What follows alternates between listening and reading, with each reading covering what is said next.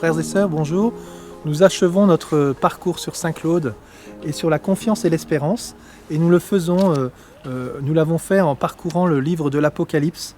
Nous avons, après avoir médité sur l'acte de confiance de Saint-Claude, regardé ces lettres aux 7 églises qui nous ont permis de voir qu'au milieu des tribulations, c'était aussi l'occasion pour nous d'entrer dans un chemin de conversion. Saint-Claude nous a aidé à voir plusieurs aspects de notre conversion possible. Ensuite, nous avons contemplé les grandes visions de l'Apocalypse qui nous ont donné non seulement l'espérance du ciel, mais nous ont montré aussi là où Dieu nous attend. Au fond, nous avons vu que certains ont donné leur vie pour que d'autres puissent être revêtus du vêtement de noces. Et nous voyons bien que cet appel-là, il est encore pour nous aujourd'hui. Appel à prophétiser, appel à intercéder, appel à être témoin du Seigneur. Et la dernière partie, qui nous a bien ancrés dans la vie terrestre, avec ces combats du monde, avec la Babylone, avec Satan, le dragon et les bêtes, et qui se déploient, et qui essaient de se déchaîner pour séduire les hommes, pour que de nombreux soient marqués du signe de la bête. Et bien au milieu de cela, et bien, nous avons vu l'appel des saints et à persévérer et à demeurer dans la foi. Et un peu comme le petit reste dans l'Écriture, nous avons médité sur la manière dont, au milieu de peut-être des flots immenses qui essaient de nous prendre avec eux, eh bien nous demeurons sous le signe de l'agneau. Nous voulons suivre l'agneau partout où il va.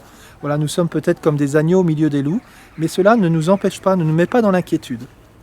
Alors, frères et sœurs, pour terminer, eh bien, nous regardons les derniers versets de l'Apocalypse, chapitre 22, versets 10 à 21, et nous lisons ce beau texte. Je suis l'alpha et l'oméga, le premier et le dernier, le commencement et la fin.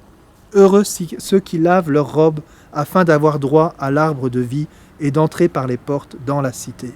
Frères et sœurs, tout au long de ce parcours, nous avons vu la question qui va avoir accès à l'arbre, qui va être inscrit dans le livre de vie. Et nous avons ici une clé dans la dernière béatitude de l'Apocalypse. Heureux ceux qui lavent leur robe dans le sang de l'agneau. Ça nous rappelle Apocalypse 7. Ça nous montre bien, frères et sœurs, que pour être inscrit au livre de vie, il n'y a pas une question de tombola au démarrage. Est-ce qu'on a eu la chance ou pas d'être dans le livre de vie? Nous avons besoin du sang de l'agneau qui nous revêt du vêtement blanc. C'est vraiment une dimension de l'humilité qui parcourt tout ce chemin. Alors frères et sœurs, poursuivons notre chemin de confiance et d'espérance et poursuivons aussi notre appel au témoignage. Je voudrais terminer par 2 références de Saint-Claude. Le premier, c'est un extrait de l'acte de confiance que je ne vous ai pas dit dans la première partie lorsque nous méditions son acte. Il dit un moment « D'aucuns peuvent attendre leur bonheur de leur richesse ou de leur talent, d'autres s'appuyer sur l'innocence de leur vie ou sur la rigueur de leur pénitence, ou sur le nombre de leurs aumônes, ou sur la ferveur de leurs prières.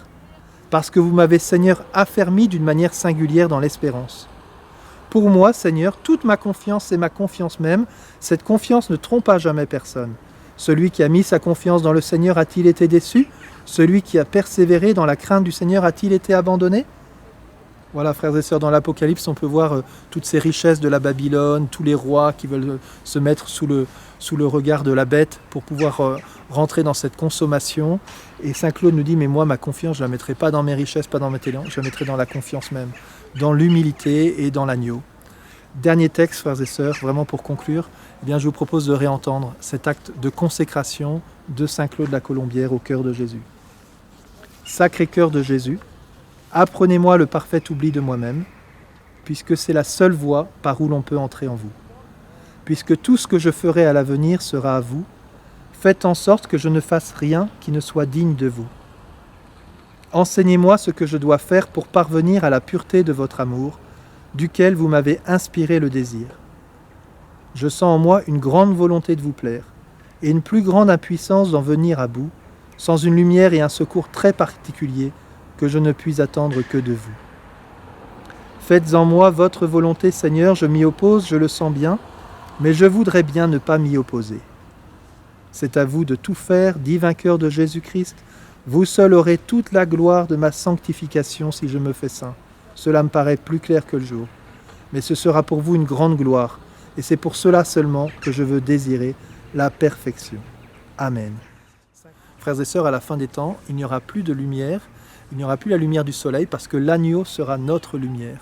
Bien, dès maintenant, laissons-nous saisir par la lumière de l'agneau pour qu'il fasse de nous ses saints et pour que, par ce chemin de sainteté, d'autres âmes puissent s'approcher de l'agneau, découvrir la beauté de l'agneau de Dieu, la figure de Jésus-Christ, découvrir son image, sa tendresse, sa douceur, sa bonté, et pouvoir s'approcher de lui et pouvoir ainsi revêtir ce vêtement blanc.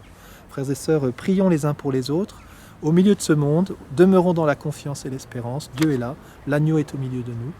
Et aspirons aussi à prendre ce chemin que nos prédécesseurs, les saints, ont pris. Poursuivons notre chemin de persévérance. Bon courage, bon chemin à tous.